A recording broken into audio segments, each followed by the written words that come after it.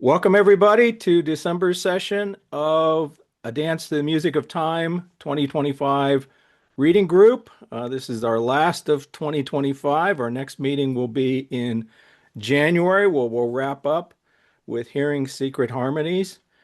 I will note, and I'll mention it again at the end of the call, but next month's session will not be on the first Monday of the month. It'll be in the second Monday of the month because we're going to start our pilgrimage reading group in January as well.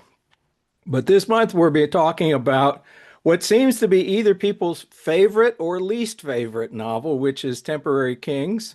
A lot of it taking place in Venice. So let's just start with a few little introduction of where we are.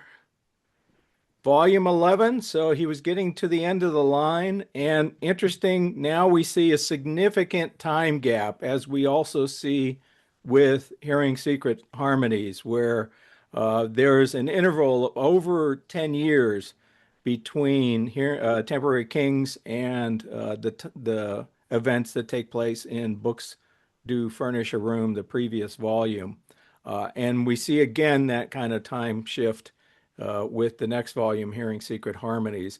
And I'd be interested to have thoughts on, why that occurred to why Pohl made that choice in his chronology and his sequence. I suspect a fair amount of it has to do with making sure that Widmerpool could be killed off before the by the end of the sequence, but there may be other factors as well. Of course, the centerpiece is in the first couple of chapters taking place in late summer in Venice, concurrent with the Biennale. This was the 29th Biennale, took place in 1958. A number of interesting things were going on. Some of the standout works that were displayed there, Osvaldo Licini's works, as well as Lucio Fontana. So there were, obviously it's an international show, but from what I gather, the Italian artists sort of came out in force at the Biennale of 1958. And of course, one of the things that we note in this volume is out of all the volumes in A Dance, this is the one where the Americans show up in force. Not just with Russell Gwinnett, but the producer, the various other Americans who show up, even sort of bystander, unnamed Americans show up in a significant factor in Temporary Kings. We also have the Cold War going on in a much more overt fashion. So this is a story from January 1958. So Soviet spies, even though, of course, the UK had its experience with Burgess and McLean and a few other Soviet spies or Brits who were under seconded into Soviet service. Kim Philby was a few years down the road, 1961. But spying was still a hotbed, and that's sort of an undercurrent with Widmerpool.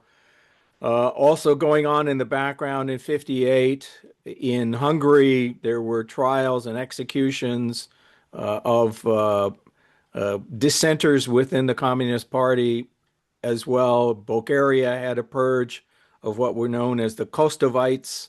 So that sort of internal dissension that we see reflected sort of in the background by the characters who don't show up at the conference was in fact a reflection of something going on at that time. And then finally, we have sort of two signature artworks that play a significant role, not just in terms of the setting of events, but of course, to provide an analogy or a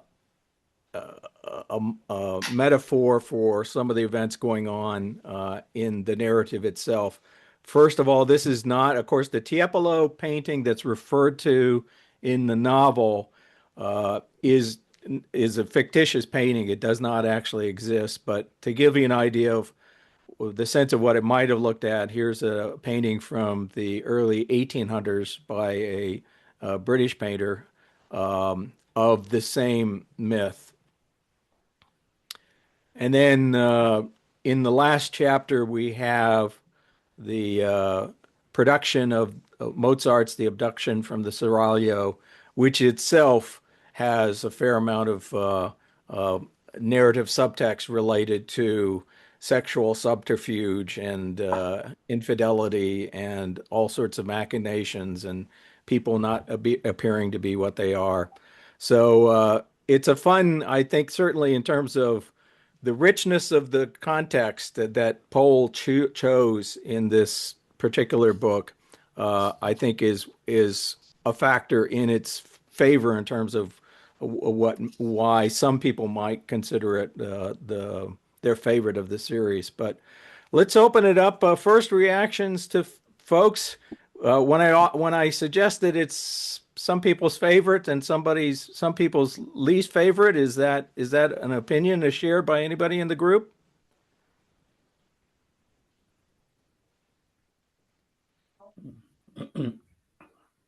John, did you?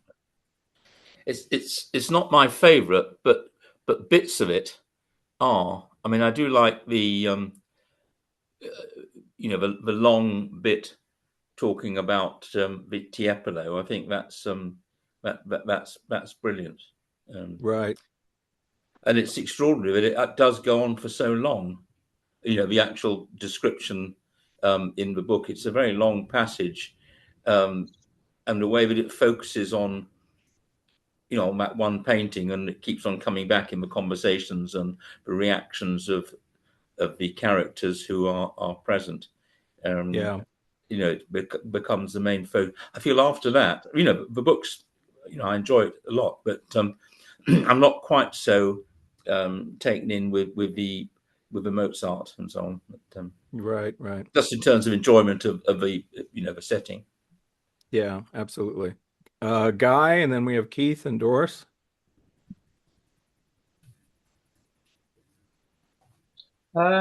Yeah, in my experience, some of the dance sequence are easier to sell to pole novices than others. Like some or almost standalone, Casanova's Chinese restaurant and some elements of books to furnish a room. This one does not fall into that category. Yeah. Um, you you've got to be familiar with a lot of the characters, Widmerpool and Pamela, and the whole premise of the fictional painting. Yeah, it doesn't really attract people. I wouldn't have thought who aren't that familiar with the work. I quite like it, but it's a bit off-putting in some of its elements, I think. Keith, and then Doris. Yeah, yeah, I enjoyed it actually. Um, I think I enjoyed it the first time I read it. First two, three times I read it. I certainly enjoyed it. I was I was surprised how much there was in there that I had forgotten, to be honest.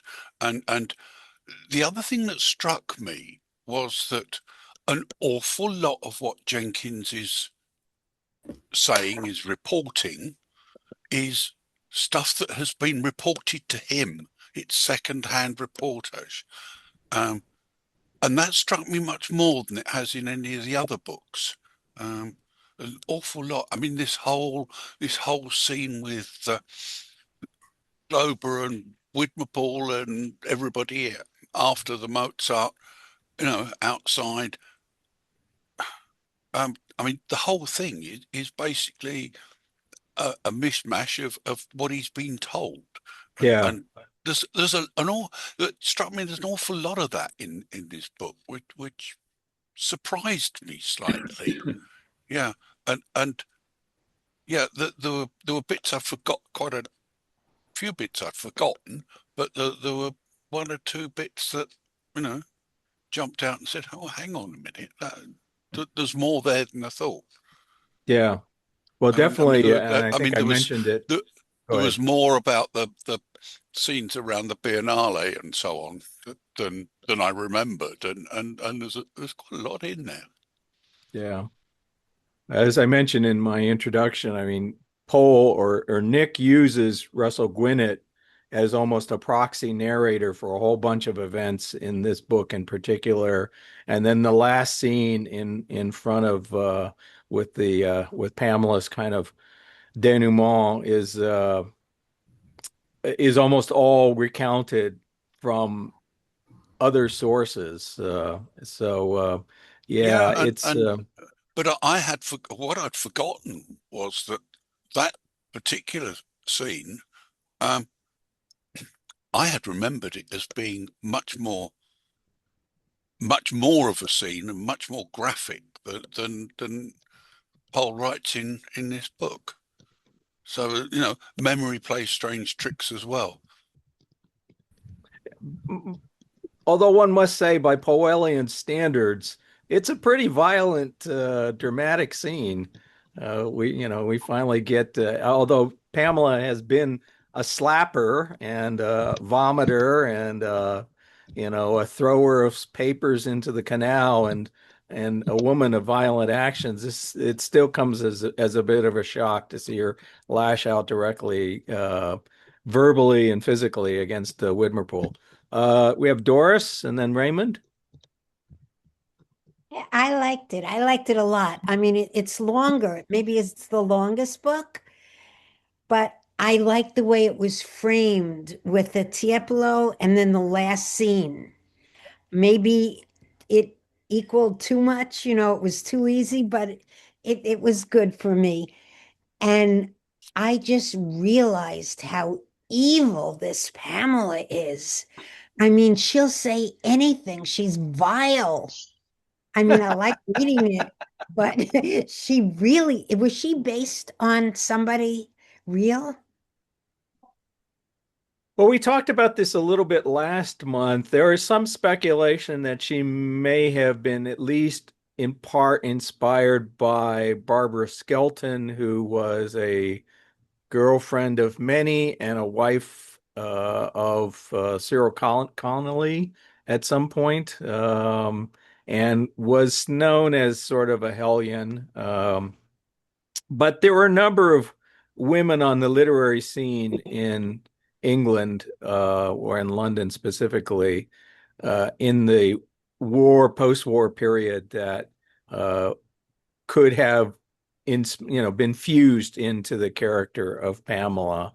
I mean, I think one can argue that she takes over the series for a couple of books in a way that no other character does, and it's worth speculating what Pohl had in mind when he went to that extreme of sort of unbalancing the casting, so to speak.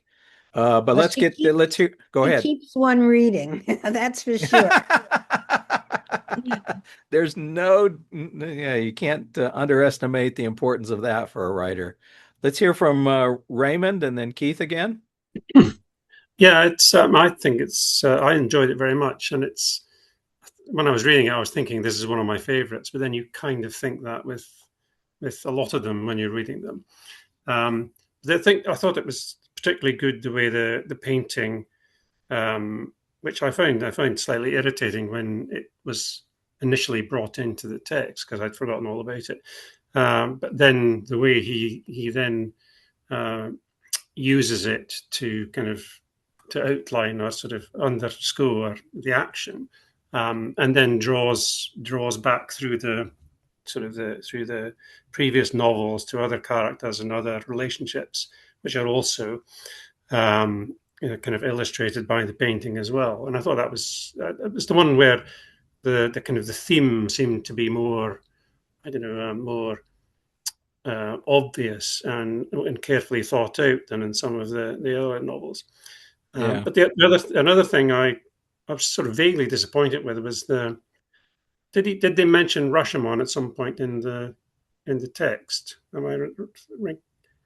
I don't think he did, but I did use that analogy for Yeah, I thought there sort was of some the depiction reference. of that last scene in front of Odo Stevens's house. Anyway, what I was going to say is I was slightly disappointed that we didn't get a kind of a Rashomon style presentation of what was going on. So I think they kind of raised that possibility, and there'd been a lot of talk about you not being able to trust anybody's account of particular events earlier on in the book, and then so I expected a lot more sort of, did this happen? Did that happen? Is this person's version of events true, or is it somebody else's? And that didn't really happen. You just got a sort of there were various accounts were kind of edited together to give what was supposedly the true version, which I thought was a bit, I don't know, could have been a bit more interesting, but maybe you'd run out of pages by then. Well, Powell definitely. I mean, there are more than a few times, at least it really struck me this time through. How many times Nick, there are like signature events that he sort of relates as if he's like dissected it, days, weeks, months after the fact with various, witnesses, and sort of constructed this because he will, some people said this and some people said that. It occurs. It doesn't happen so much in that particular scene. There, it's sort of like, as you said, it's sort of just assembled from pieces without attribution as much. Keith?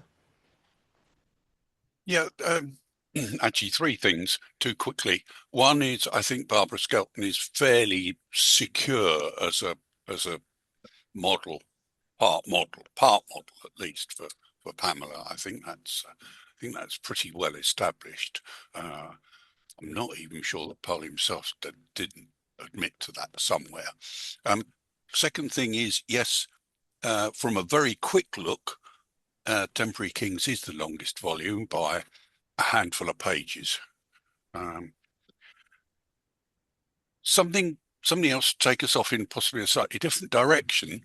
I was struck by the comment quite early on from Emily Brightman that about her ancestor, the Reverend Salathiel Brightman, and that little passage there is an absolutely brilliant example of Powell intermingling the real and the pastiche. I mean, And Reverend how so? Salathiel Brightman, named in the Dunciad in connection with some long-forgotten squabble about a piece of Augustan pedantry.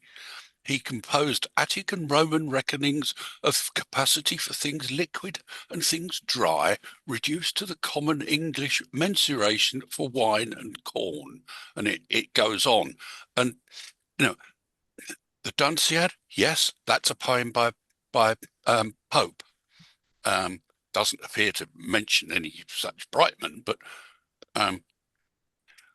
Long Prière Bibliotheca Classica, genuine, first published in 1788. And it goes on and it talks about Cochlerian and Oxybaphthon.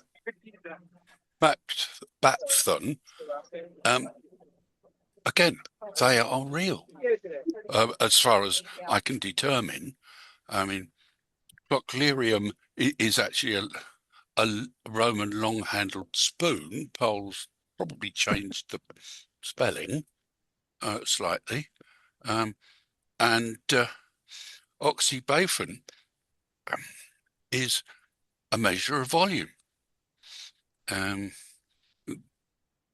It's sort of equivalent to some Roman measure.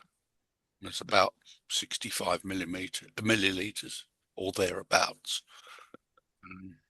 mean, opinion seems to vary, but it's interesting the way that all of that is. It's a wonderful. I mean, it's wonderful in itself, but it is a wonderful mix of Powell just sort of, making things up, like the Attic and Roman reckonings of capacity, etc. Very, very lifelike. And you can find Right. endless examples of things that are very like that. Um, and but throwing in the real, but rather esoteric and absolutely typical Powell. Yeah. Of course, the combined influences of John Aubrey and although Yeah, I mean, it's not, Aubrey. although the Anatomy of Melancholy wasn't actually the basis of Pohl's own work. They're both writers whose Mm, works are full mm. of that sort of I don't know, 17th But century, he 18th he was, century yeah, miscellany gone wild. yeah. But he was very well versed in the Anatomy of Melancholy as well as Aubrey, and an awful lot of stuff of that period as a result, and partly also as a result of his researches into his family connections from Radnorshire and the Welsh borders. Right. Um, Right. I mean, he over the years, and he would have been starting. He would have written, I think, to some by this stage. He wrote. Um, I'm I don't remember exactly, but it's something in the region of a dozen or so genealogical papers for the transactions of the Radnorshire Society, and you know he would have delved into all of this sort of stuff, and back and a number of those, quite a few of those papers um, are based around sort of 17th, 18th century. Um, Right. and his researches and his findings. Um, they're all available online, incidentally, if anybody's interested, in the National Library of Wales. Oh, thanks for that. Richard? Yeah, what fascinated me in part with the book is this underlying relationship between art and politics and the personal life.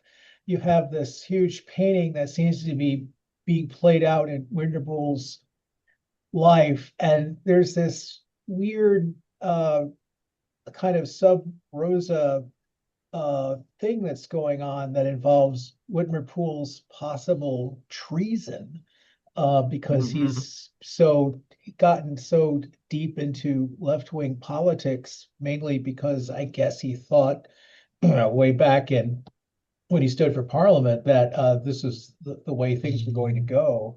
And the relationship between that and this kind of amateur artist who used to uh, uh, used to work with the narrator, and he Token House, right. yeah, and how he's like doing this kind of lumpen proletariat art, and he doesn't like, he's like rejecting this art and he's going for this art, and they're like, oh yeah, that's very interesting, and they're up in his his studio, and then and it always by the way, always it's like when somebody's knocking at a door and somebody's expecting somebody, it's always not that somebody, it's always Wigmerpool. Yeah, Just exactly. shows up.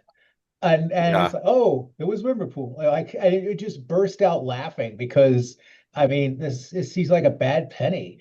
And but the whole thing kind of comes together at the end where uh, uh, Pamela kind of blows the whistle on him. It's like, well, yeah, he was doing all these crazy things with this dead French guy, and that's how he got out of being charged with treason. And it's just kind of the ultimate humiliation for him. But again, this kind of undercurrent of left-wing politics, which I guess was part and parcel to the art and literary frame of Britain in the 50s and 40s, 50s, and 60s. with the labor governments and all that. It's going back to the beginning of the novel with the public school. It's exactly the completely except that you do start seeing it in some of the early books that some of the scholarship students at Oxford are coming from working class backgrounds. It's just this interesting because you expect Pohl to be concentrating on this one class, and it turns out the class is left wing and a little cringy because they're cozying up to these communist dictatorships in Eastern Europe. So it's just and it's just kind of subtly there. It's like, well, this guy was supposed to be here. Well, he's not here. Oh, and yeah, it just seems to be going on, and Jenkins just kind of lets it kind of float as the undercurrent to all these things. It's really, really interesting. In contrast to what was going on in America in the 50s, where you had the Red Scare and McCarthyism, and yeah, that sort of stuff. Yeah, yeah. I just have to mention John Walters throwing in the fact that so often in this book we come across the line, "It was Widmerpool." And and the more you become familiar with the book, the more you sort of relish seeing that line come back again. You knew it was going to be Widmerpool. Leslie?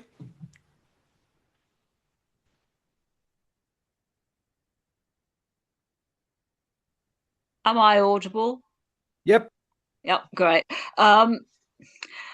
Maybe this is because, at a significant point in my academic career, Foucault and surveillance was a big thing.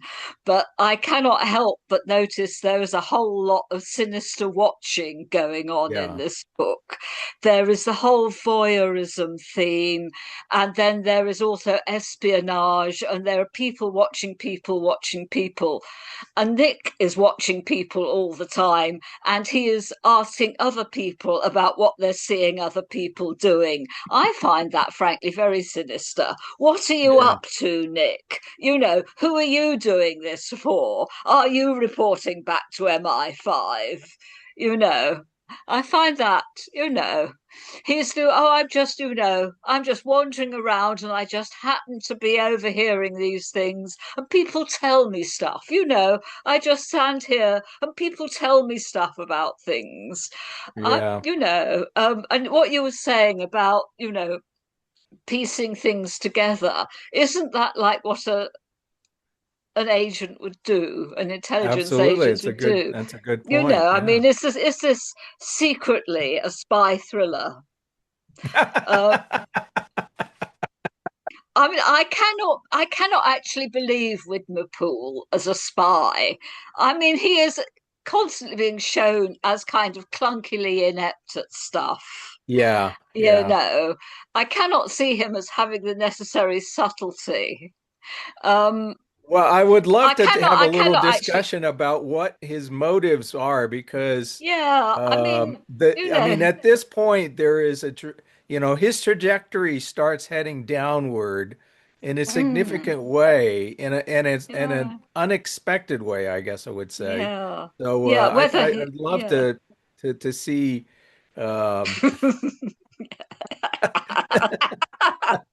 I don't think he's quite in the Bond category. I'm basically, he's Rowan Atkinson, isn't he?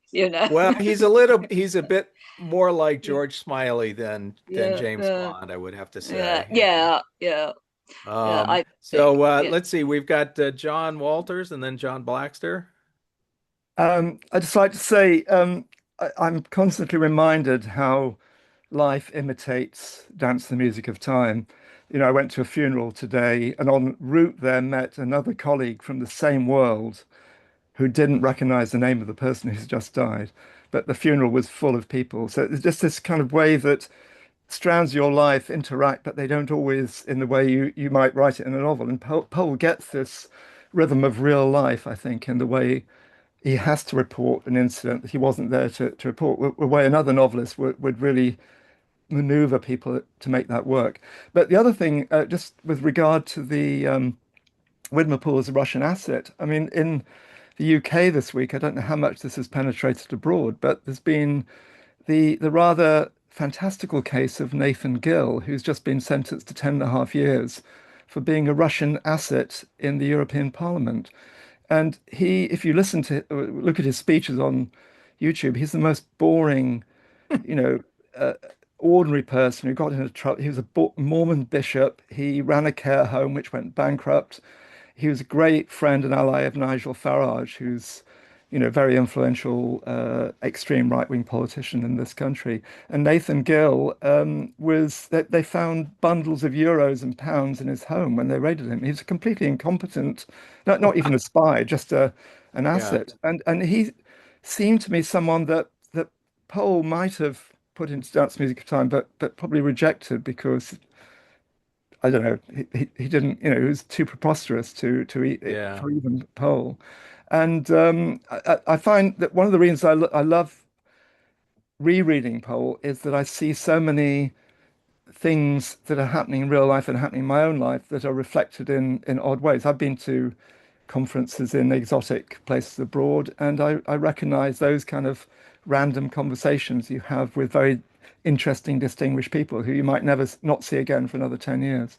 And I thoroughly enjoyed this. But one question I'd like to ask, because I don't think we've talked very much about issues of style, there's something that Roy Fuller described as a certain gaminess of style, the way that Pohl started to take which and that and connections out of the conversation. The actual descriptions race along. It's almost like he was trying to trim down his word count as he edited the book. And I wondered if it once I got used to it, that doesn't bother me at all. But it is very noticeable in Temporary Kings.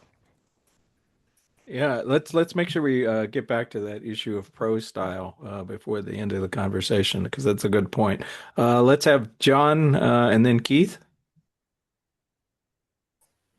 Yeah, I was just picking up on that. I wanted to emphasise that, but I never quite understood what was in it for Widmerpool being a spy, or at least being an agent of some sort.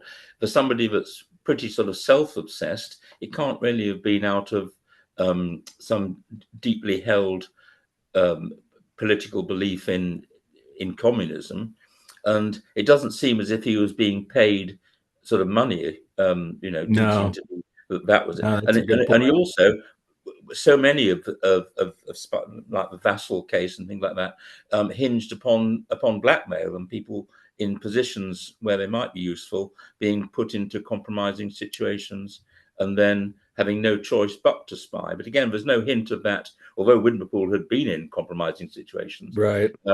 he doesn't. They don't seem to have been used against him. So I never quite understood why he. It seems slightly sort of strange. And also, again, a lot of the Cambridge spies, anyway, had been planted. They were deeply planted. They'd Yes. been put there before the war, when quite understandably, communism was seen as the only people who might be able to get, who really understood the threat of Nazism. So, Right. And you there's know, certainly nothing in Widmerpool's pre-war activities that no, shows the slightest interest in anything but raw capitalism. yes, So, and I and assume, also, go sorry, ahead. I was going to say, and also a rather sort of sycophantic Yeah. attitude. Do you remember the bits about where he hints about being in the same circles as the Prince of Wales and so on? Well, Right. there's Right. nothing there saying I'm getting close to him so I can assassinate him or anything like that. It's merely because I want to be seen, clutching. Well, actually, that's at that's with Magnus Donners, isn't it? Where he's clutching Right. his briefcase as they play croquet. But golf obviously was more Edward's Edward's game. And I suppose Isn't it's that fair to assume that altruism isn't his motivation. The betterment of mankind doesn't seem it be. So is it just sycophancy with a different target? I want to suck up to the powerful, red forces. Yeah, it's a great question, and I'm not sure what the answer is. We But got a is number of folks who want to pipe in. Let's say we've got Keith and then Judith, but and I think it isn't this, nobody can actually really see why you should be a spy sort of question, uh, all part of the ethos of being a spy. I mean, you look at the people in this country who've been arraigned for spying in the last, I don't know, 20, 30 years, and every one of them is absolutely nondescript nobody. The sort of people you would never suspect, and to a certain extent, Whitmore, I think, falls into that sort of category. You wouldn't really expect him to be doing this, so he's an obvious person to go and do it. He looks so ordinary, as it were.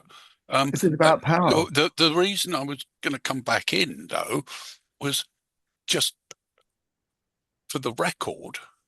There is, as far as I am aware, no evidence at all that Powell was actually involved in the secret world at all at any point.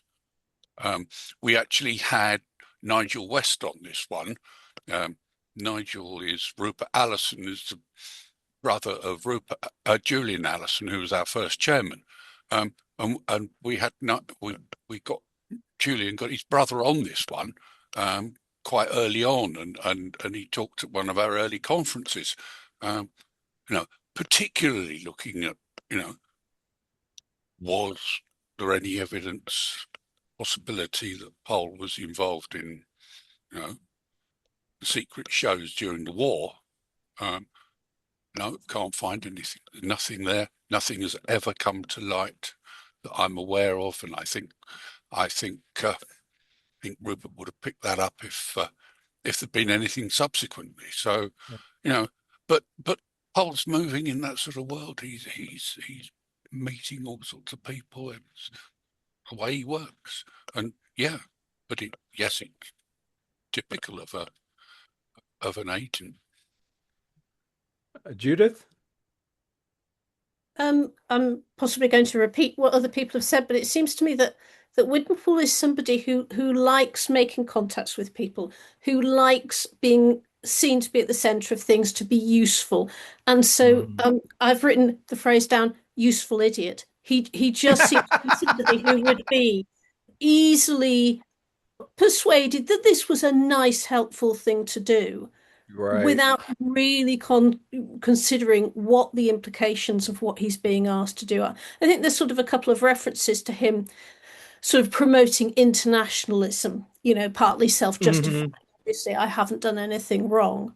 But that, I can see at the same time that he's definitely somebody who believes in his own righteousness.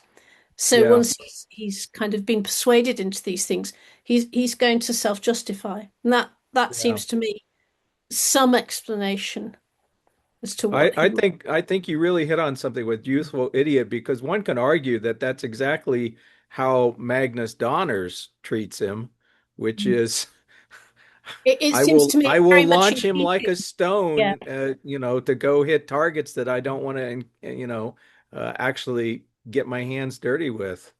Yeah, and Widmerpool's obvious pleasure, pride in being useful to Magnus Donners as well, which is sort of, that's back in the 30s, isn't it? So you can see that it's all of a keeping with the same character traits, sort of built on, developed. Now he's, got that self-important air of being a life peer.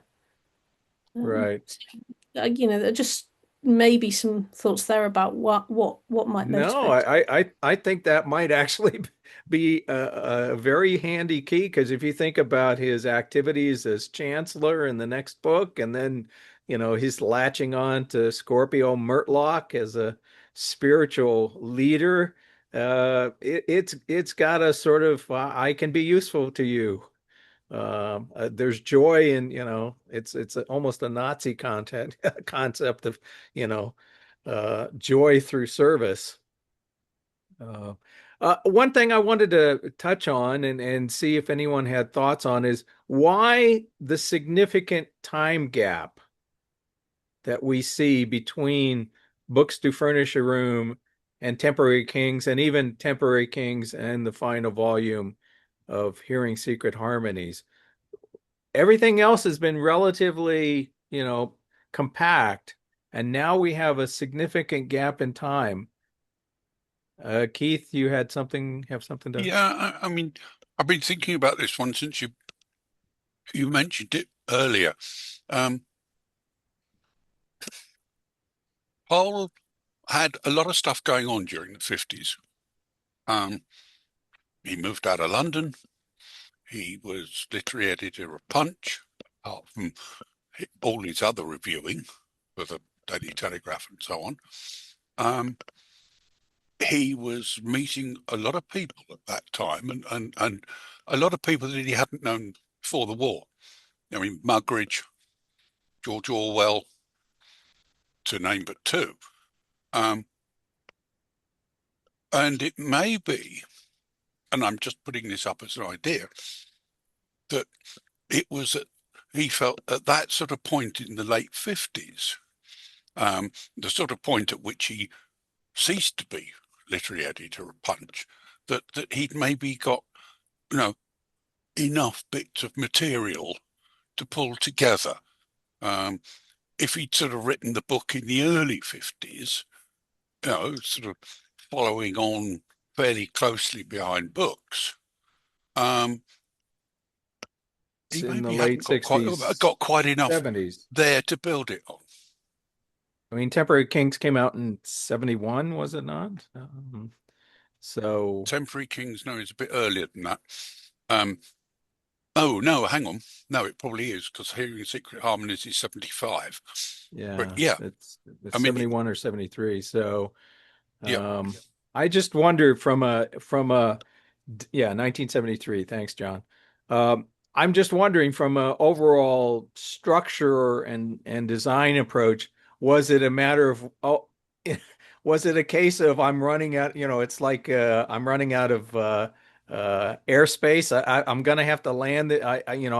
I've set this up to be a 12 volume work, and it's hard to believe that he didn't see Widmerpool's demise as sort of the completion of the large narrative arc. And if those two things were going to happen, he sort of had to rush to the end, so to speak. Is that a spoiler?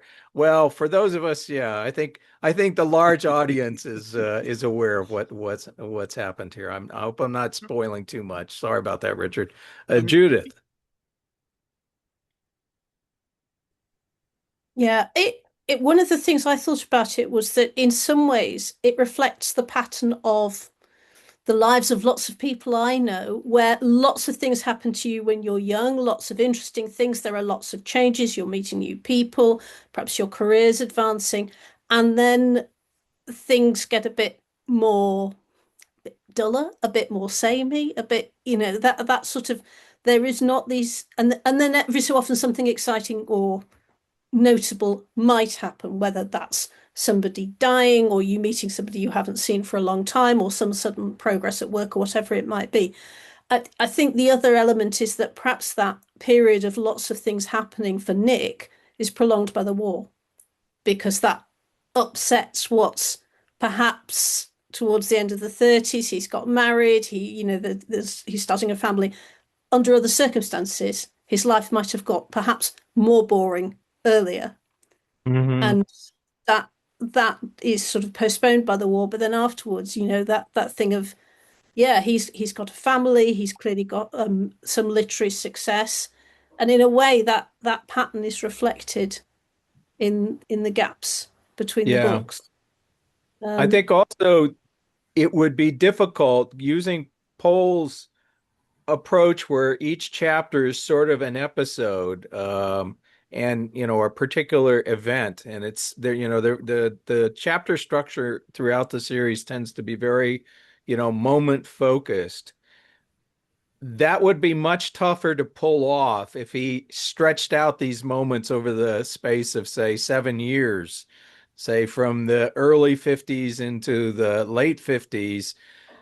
picking a bunch of moments, it sort of fits together if, for example, he runs into Odo Stevens in Venice, and then at the end of the book, it's a production of this opera at Odo Stephen and Rosie Menashe's home. Let's hear from John Blackster and then Raymond. I was only going to make the point that that's absolutely quite right, what we were talking about with the war, because I mean, within my own family, there were quite a few members, obviously not my generation, but generation before, who by the late 1930s or middle 1930s were sort of married and in a job. I'm thinking of somebody that was in the family business and so on, went to the war, came back and said, well, I've seen other things. I'm going to do something quite different now. My father-in-law, for instance, was stuck in a very, very humdrum job and thought that was the end of it. He went to the war, he came back, he survived. He took advantage of a scheme where he could go to university, where before the war he hadn't. His family couldn't have afforded to help him with that. And so even though by that time he was into his 30s, things were still going on, and life-changing things at that. Yeah, true. Raymond? I think he made a mistake with book 9, which personally I think is the weakest book by considerable distance in the whole sequence. And in that book, which I think is to some extent superfluous, he allows the backdrop to dominate. So you get whereas we're talking about the military philosophers. Whereas in all the other books there are sort of references to what contemporary events, but in that book everything is dominated by the end, the sort of the playing out of the end of the war and kind of significant major events. And I would mean if I was sort of thinking about how I'd have liked the sequence to progress, I would have rather have done without most of that book and seen more more things from the 50s. When I think the sequence picks up again dramatically with book 10, whereas to me book 9 was a significant dip in interest and quality. Yeah, that's an interesting perspective. Keith? Yeah, sorry, Raymond, I don't agree. I think there's actually a lot of background in military philosophers, and there's a lot more. You maybe have to look for it a little bit. But you think, I mean, things that just occur to me off the top of my head. References to Katyn massacre, for a start, are brought out, not really centre stage, but they're there.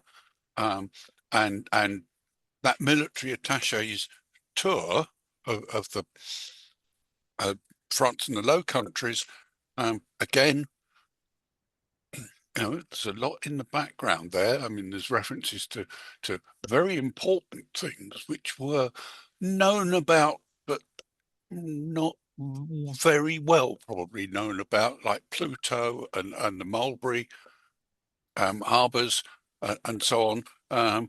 There's an awful lot of bits and pieces there that I think we don't always appreciate. Raymond? My point was that the background dominates the book, whereas in all the other books, the book is led by the activities of the characters and their relationships. Whereas in that book, the historical events dwarf what the characters are doing, and a lot of minor characters become momentarily significant, and then they disappear very quickly. I mean, I suppose that is a feature of the war trilogy, but it seems to me it's more irritating in the third one, because the characters are just they're not particularly well fleshed out, and they have a significance to do with the background events rather than a significance to do with the actual characters and events, the main characters and events of the novel and the main themes of the novels. So, okay, sorry, I misunderstood a bit what you were saying, but even so, I'm not. I'm yes, the background is there. I'm not entirely sure that I agree about the lack of characters coming through. Although I will, will accept that there are a lot of minor characters there and a lot of walk-on parts. But Well, I mean, there are some every key one of these people there. volumes has a lot of minor characters, Yeah. and that's actually one of the pleasures is to revisit some of those and see how well he can bring in a character and then they're gone 5 pages later, and yet you have a strong sense of who they were as a character, which is not easy for a writer to do. The other thing I'd say is that, the war trilogy within the series, it really is, from a design standpoint, they're based around, the Valley of Bones, based around his time with the regiment. Uh, the Soldier's Art, based around the time at the division headquarters, which has, such a fundamentally different dynamic. And the military philosophers reflecting then Pohl's time at the War Office, and his duties suddenly become sort of more diverse and more. He's certainly in contact with a much wider circle of people, but sort of less uh less intensively, as the day in day out. Part of it is, he's not quartered as he would have been quartered with the regiment at the headquarters, where it's not just I'm working with these men day in and day out, but I'm eating with them and I'm sleeping with them. And at least in the military philosophers, he could go to an apartment and get away from that for a little bit. John Blackster?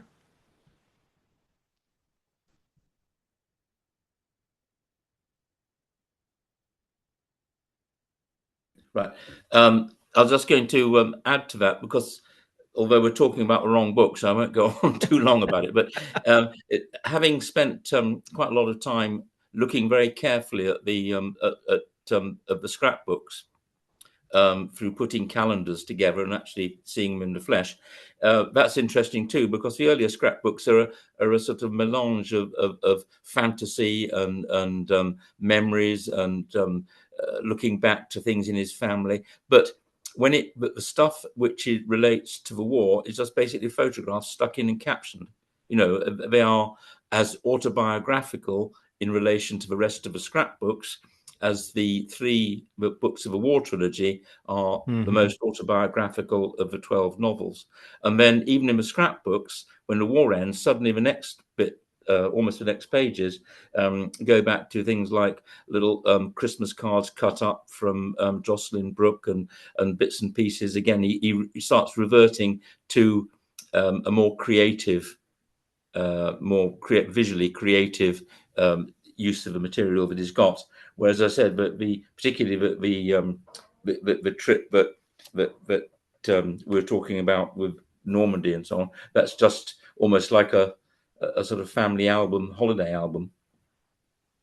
Right. But I don't think John? we should talk about those books any longer.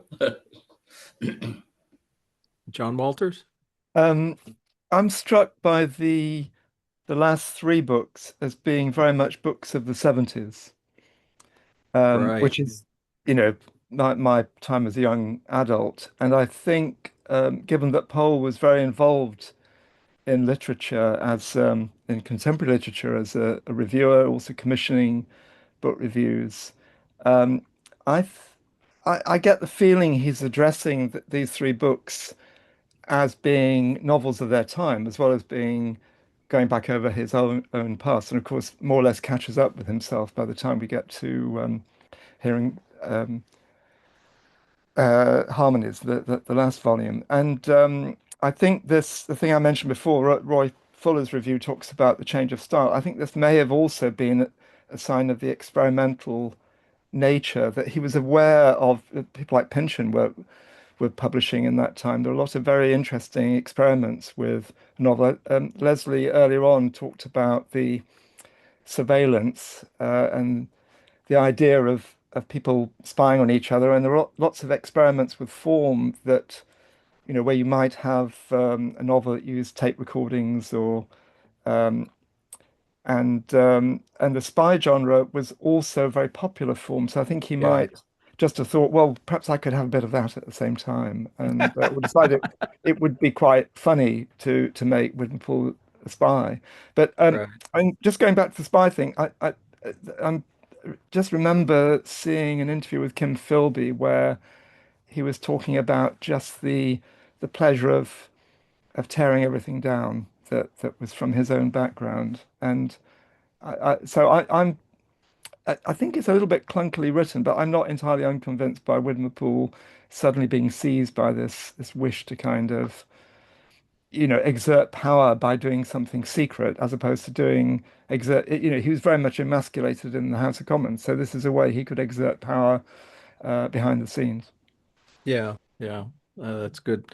That's a good point. And I think I strongly agree with you about the influence of what else was going on in fiction in the late 60s and early 70s. I mean, we had Philip Roth with Portnoy's Complaint. I mean, sex is a much bigger feature of Temporary Kings than it is in any way, shape, or form in any other book within the series. And one gets the impression, at least I get the impression, that a little bit of it was Pohl showing that he could keep up with the time, so to speak. That he wasn't a character of a past age in his in both his plotting and his subject matter and dealing with these subjects. Keith? We mentioned earlier that the thought of in Polk's mind of killing off Widmerpool at some point. And if he really wanted to do that, he could have done that quite easily in this book. I mean, he could have had Widmerpool exposed as a spy, perhaps, jumping ship and, you know, disappearing into the depths of Russia, or But I disappearing, mean, I think being disappeared by some set of Russian or antagonistic agents. He by making Widmerpool a spy or a probable spy, he made himself the opportunity there if he wanted to take it. see, I I'm one of the things I find interesting about this is trying to get into Pohl's mind as he's writing this. At what point does he see an overall design from the book? Because I think the fact is that the chances that everything in the design was worked out in advance is unlikely. There's a certain amount of most fiction writers will say there's a certain amount of the work that reveals itself in the act of writing. So I think we can appreciate that in the dance. But to me, the fact that Widmerpool literally runs off stage just as he ran on stage out of the fog in the first volume, that seems to me that was something that must have come to him very early on, and just like the men gathered around the brazier, being something that he used right at the end. So I feel like there were some design elements that he kind of latched on to early and said, I want to keep these as milestones, and it became a question of how do I work that into the overall design, particularly the chronology of the work. Um, okay, well, we're coming up on the hour. Let me just.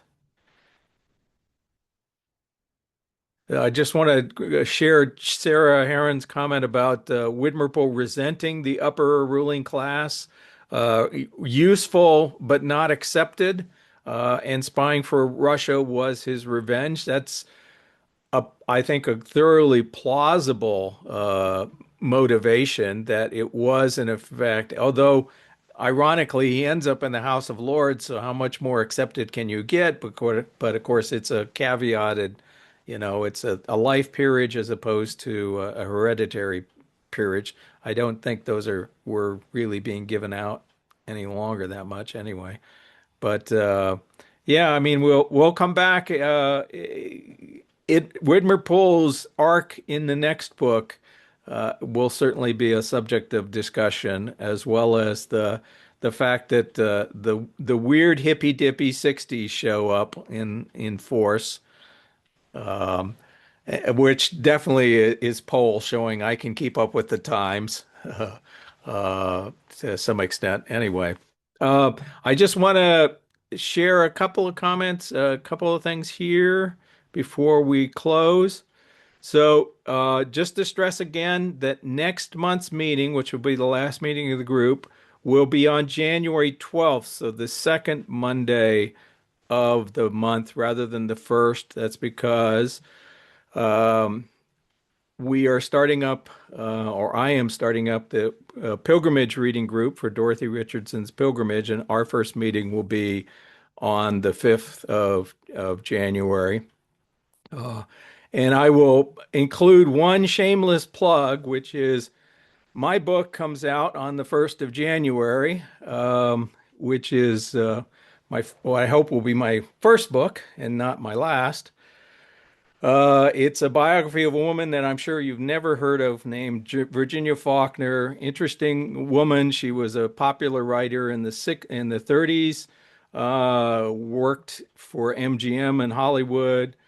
She wrote for Broadway, and then she sort of had a midlife crisis, underwent electroshock therapy, and sort of rebuilt her life as an editor for the University of Nebraska Press, which not coincidentally is publishing the book. So if you're interested in reading about a woman nobody's ever heard of, it's already available for pre-orders. It'll be coming out on the 1st of January. So with that, thank you all for joining us. It's been a lively and interesting discussion. I look forward to getting together one more time next month, and maybe we'll have a reunion sometime later in 26 to just look back on the experience of sharing a dance to the music the time together. So thank you all for joining us, and we'll see you in January.